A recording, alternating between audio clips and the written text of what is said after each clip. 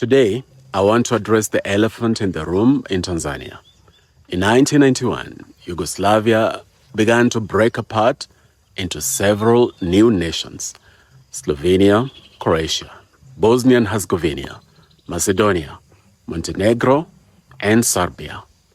A once united country dissolved into 6 separate states, and the world watched as a once proud union collapsed under the weight of mistrust, violence, and failed leadership. Today, as Tanzania faces its deepest crisis since independence, the lessons from Yugoslavia rises like a warning flare in the night. Yugoslavia was once built on a dream that different peoples could live together under one flag with one shared future. For decades, it worked. Under Tito, the 6 republics remained stable. They shared institutions, an army, a currency, and a national identity that held them together. But unions do not collapse in one day. They rot slowly. Wow. Guys, what do y'all think about that? Unions do not collapse in one day. That's wild. Well, I didn't even know about Yugoslavia. Yeah. I don't know if I just don't know history, but in my school growing up, we would learn about America, a little bit of France, because France also tried to colonize America. And that's about it. Like, we learned about a little bit of America, a little bit of France. We did not learn about Yugoslavia. We did not learn about the Soviet Union. So those were Soviet Union states.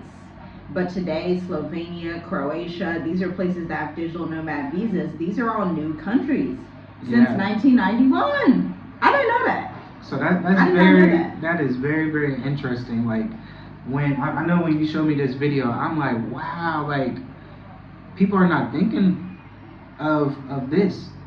This can really happen. You know, everything that's happening right now in Tanzania, this is a perfect, I don't even want to say perfect. This is something that can come to reality if the leader is not careful, if they do not run the country responsibly. You get what I'm saying? So guys, look, let us know in the comments how you feel about this and if you thought about this. Yeah, because I didn't even think about that, but I'm glad he's saying it. This shows how educated Africans are. This is coming from DJB Wakali on Instagram. So he's an African brother. I believe he's Kenyan. I believe so, but he has a young Nyerere right here, which was the first president of Tanzania, on his Instagram. And so he's really been super vocal. I think it's important as expats and travelers who are coming to Africa that we don't just talk about, oh, I just love this country, and oh, like, really look into the history and look into what can happen next, because that dictates the future.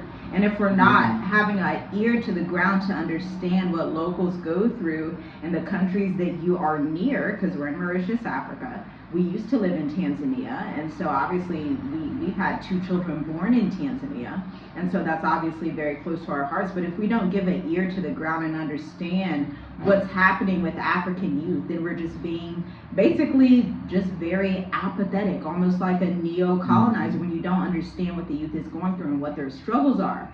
Because I don't think anybody was prepared for what happened in Tanzania at the end of the day. At the end of the day, that protest turned into October 29th. Now they're citing over 2,000 have been unalived. These are Tanzanian organizations. A lot of people are like, oh, it's colonizers. No, these are Tanzanians coming out and telling you the numbers for themselves. Mm-hmm.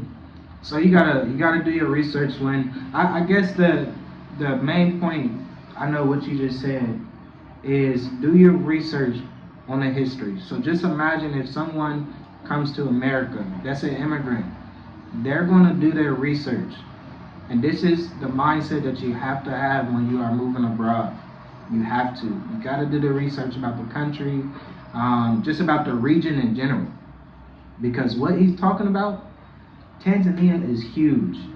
You know, for us, we lived in Dar es Salaam and Tonga. And that's literally six to 8 hours away from each other. And I know there's certain other places where we traveled to that was 12 to 16 hours away from each other. Tanzania is a huge country. So think about that. That's like, wow, these states can really split up as separate nations. And it kind of makes sense, to be honest. Yeah. Because they're already so far apart where they're kind of doing their own thing in a way, but still relying on each other. Right. So think about that. Let's continue with this video. Yeah. He wrote slowly. After Tito died, cracks grew. Nationalist politicians discovered that fear could win them power. Economies weakened. Grievances deepened. And when the state turned its guns inwards on the people, when security forces became instruments of political survival, trust shattered. And once trust dies, a nation dies with it. By the early 1990s, republic after republic declared independence. The center could no longer hold.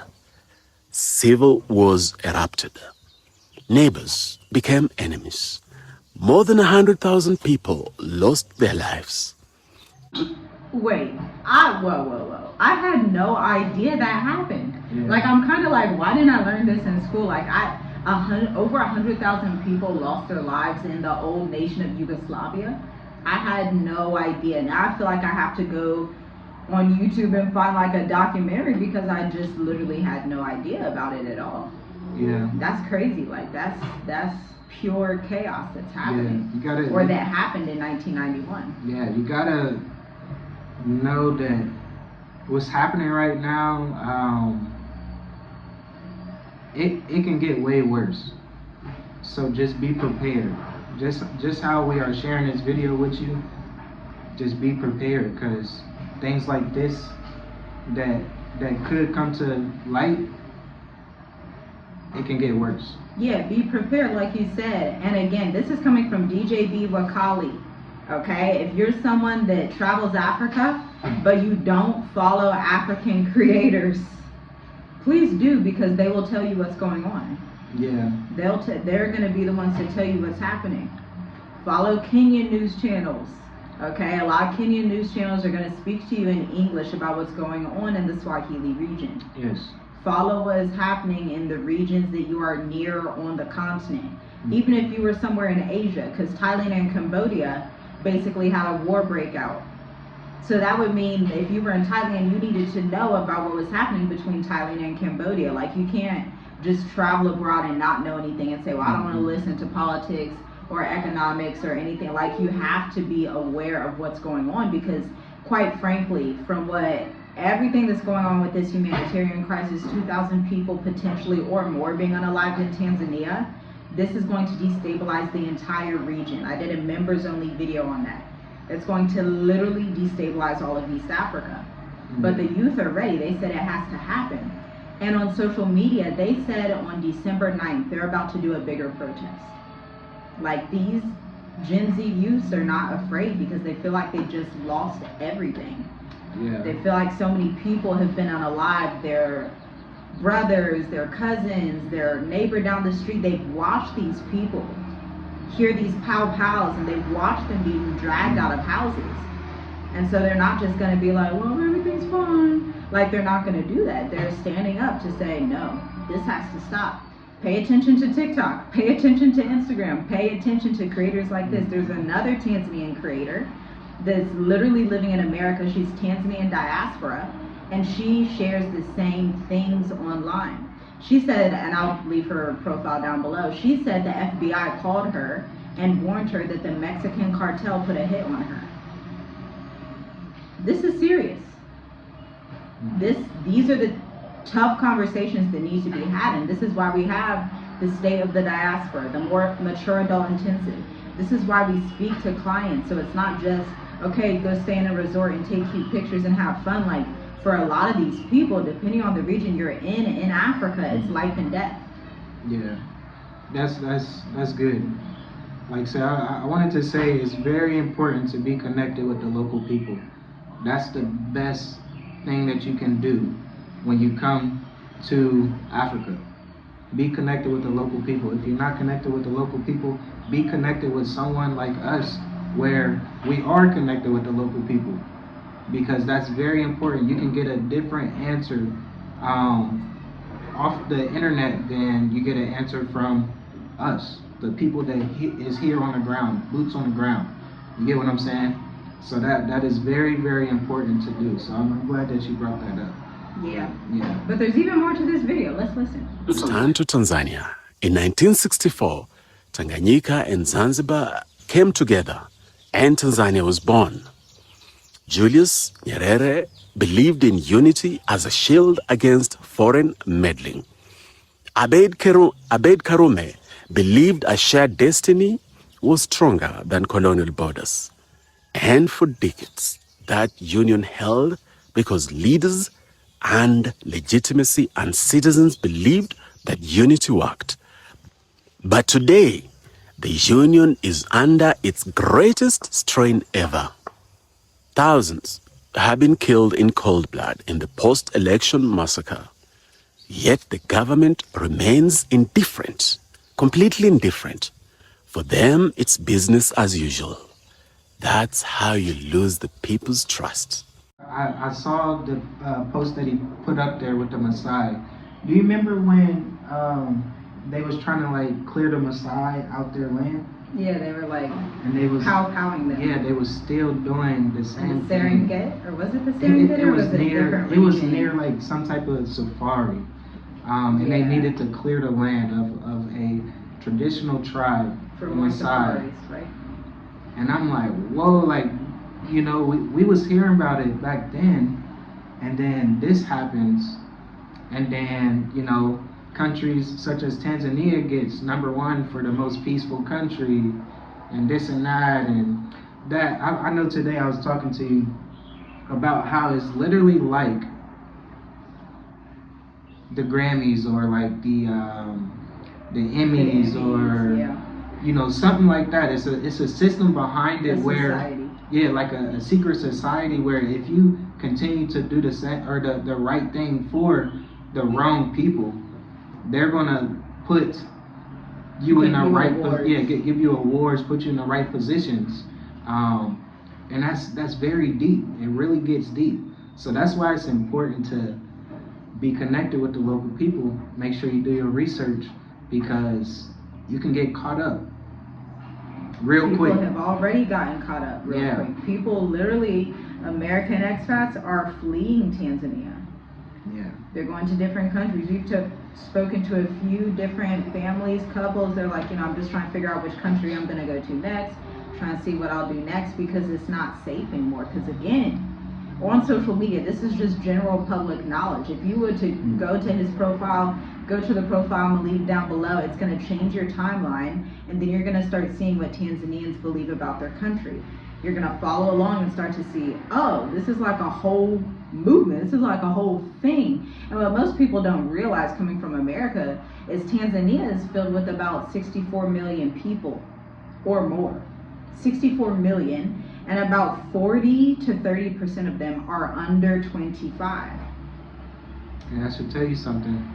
That's a big deal. So it's like if that demographic of people is not pleased, there's not really much of a way forward. Yeah. They take up a huge demographic of Tanzania, the youth. And the youth become the leaders of tomorrow.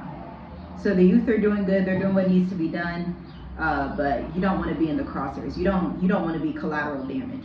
You want to let them do what they need to do. Exactly. You want to, you know, go back in maybe a couple years later, a decade later, whatever you're trying to do it later. You don't want to be collateral damage. Because in crisis, you as an expat, as an American, you get the eyes looking at you. Yep. Whether you're from Canada, I was about to say Canada, Jamaica, Barbados, the UK, Spain, you get the eyes looking at you because they're like, oh, did you have something to do with it too?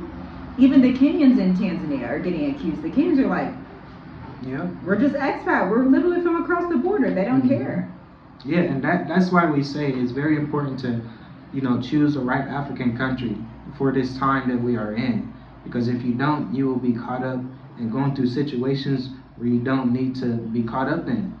Like really, this is why we have the programs that we do, like the Mature Adult Intensive, because we really go deep and tell you the truth. Like really, because geopolitics, finance. It's really getting down to what I just said. Like you got to choose the right African country, or you're going to be slowed down. Like you're going to slow down your process of like, hey, this system is going through something right now where you can't achieve your retirement. You can't achieve your business that you want to start. You can't achieve the work permit that you want to do. You can't achieve the volunteer stuff that you want to do. You can't achieve like the student visa that you want to do or something like that. Because it's in a crisis. You don't understand. You're thinking from a very American mindset. Well, why isn't it working? You're not seeing the big picture. The entire empire is under some type of oppression. The entire thing is crumbling essentially. So that means you need to kind of step back and say, okay, is it time to maneuver from here? Ask the Most High. He'll let you know very quickly. He'll let you know through dreams, visions, people. I can't tell you the amount of Tanzanians, after we made up our mind on Mauritius, the amount of Tanzanians that we randomly, some we knew, some we didn't, that would just tell us, oh, I've been to Mauritius. It's great. Oh, I have a nephew that goes to school in Mauritius. Everybody all of a sudden in Tanzania knows about Mauritius the moment we decide, oh, we're going to travel to Mauritius. But you have to ask. If you don't ask the question, then you can't get the answer. Seek and you shall find knowledge. Knock and the door will be opened. That's the book of Matthew. But if you don't question, if you don't ask, you're never going to find the answer. And you're going to be stuck. That's good. That's good. So guys, ask the question. Leave your comments below. Make sure you like the video. Subscribe to the channel if you have not yet. And pray for Tanzania. Check. If you know Tanzanians, text them, check on them. Yes, because things are still going to be heating up. Things are and just in my opinion, things are going to get worse. So you got to be diligent in the moves that you make. You got to be wise in the move that you make. Your next move. So, you know, yeah. Is that all? Shalom, shalom. Shalom, family. See you in the next one.